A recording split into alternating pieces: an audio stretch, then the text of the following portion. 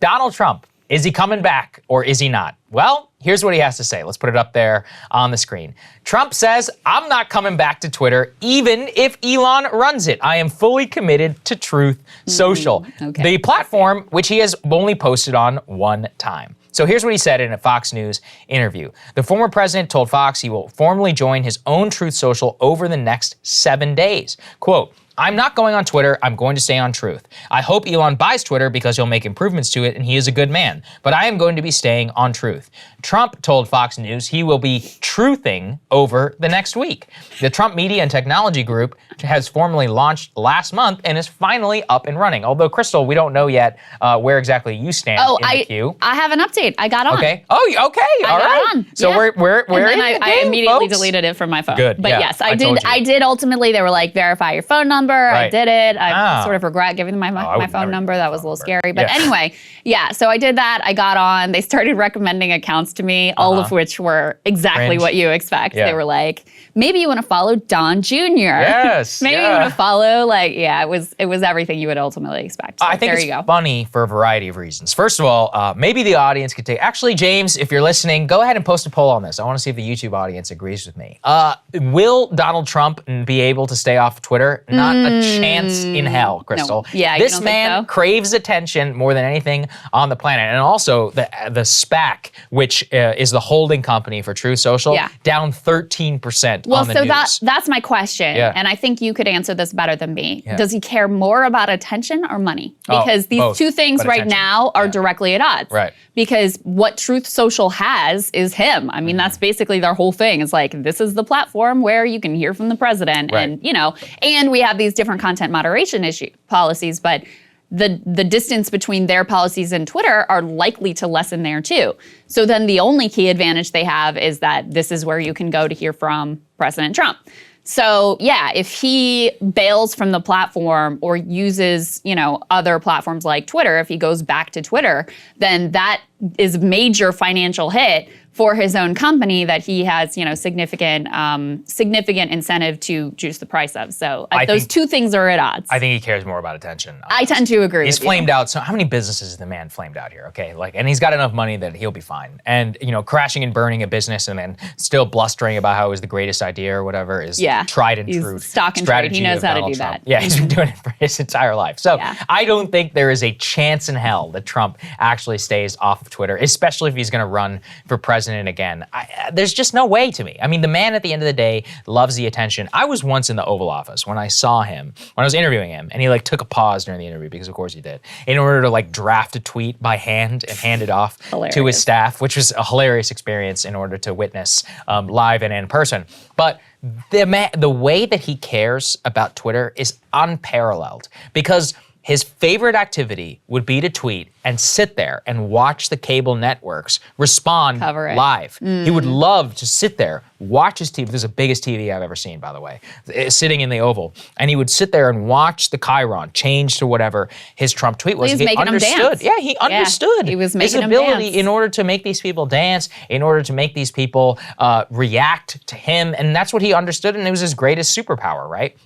So Trump, at the end of the day, his commodity is attention. And in his commodification of attention, that's how he won the presidency, his manipulation of cable news networks and the billions of dollars in free advertising that he basically forced them to give him, I don't think there's any chance in hell, because what's going to happen on Truth Social? Yeah, he'll truth or whatever, compose truth apparently is how they talk about it. So unbelievably awkward, cringe. Up with this. I do think it's funny though that Getter and Gab and all of these other free speech competitors, they're dead basically overnight. I mean, Elon essentially destroyed. And they have to pretend like they're happy about it. Right, they're like, oh, this is great. It's like, no, Elon basically just destroyed your entire raison d'etre, so I think you're going to have a real problem going forward. Yeah. I think that in general that it's a good thing in order to watch this cringe industrial complex get destroyed of these, so-called free speech or whatever platforms, because at the end of the day, it was what we always said. The whole problem for these alternatives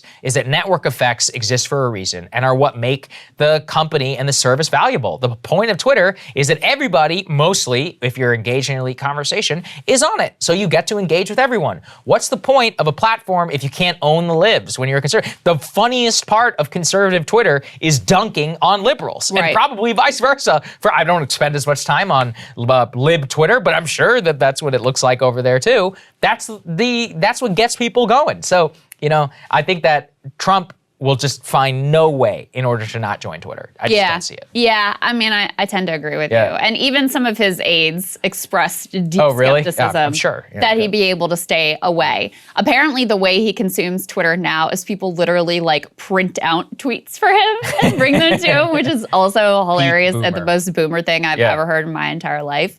But ultimately, again, there was a lot of panic among liberals about Trump being allowed back onto Twitter and what that might mean. Mm-hmm. And listen, you and I have both said it here. It's been nice not having him in our lives every day and having to listen to his every insane, idiotic, maniacal utterance. But ultimately, has it been good for you if you don't want Trump to return to the White House? No, it hasn't been good for you because it has allowed people to forget just how obnoxious this man is on an every single day basis. That has been a gift to him. And actually, of all people, someone who recognized this and tweeted something about it was Joe Scarborough, who said the same thing of you should actually want people to have on display how terrible this guy is every single day and be reminded of how not fun it was having him in our lives and in the Oval Office during his time in the presidency. So I think it's a good thing, even, as annoying as it's going to be for us and having to sort through what of his tweets are worth covering and the majority of which we usually just ignore. It's going to be annoying, but ultimately, is it better to have someone who was the president of the United States and very likely to be the next president of the United States to have more access to the way that he's thinking about things so that we can all evaluate it? Yeah, that's a good thing. Ultimately, my view on all of this is I actually have respect for the American people. I think people can evaluate information. I think they can make up their minds. I think they can handle and process things, even things that are outrageous or even things that are ultimately offensive. And I think in a democracy, you have to be prepared to do those things.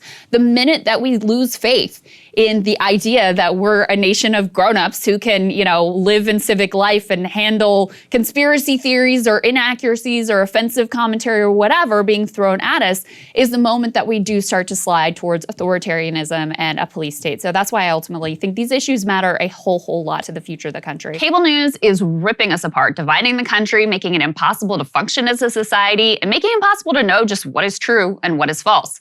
But the good news is they are failing and they know it. That is why we're building something new, a new mainstream, a healthier one, something more trustworthy, something that we are going to need in one of the most pivotal times in American history. We are building up here for the midterms, for the upcoming presidential election, but we need your help. So if you can help us out by becoming a premium member today at breakingpoints.com, we're trying to change America for the better and the entire world. So what are you waiting for, guys? Go to breakingpoints.com and sign up and help us build a new mainstream.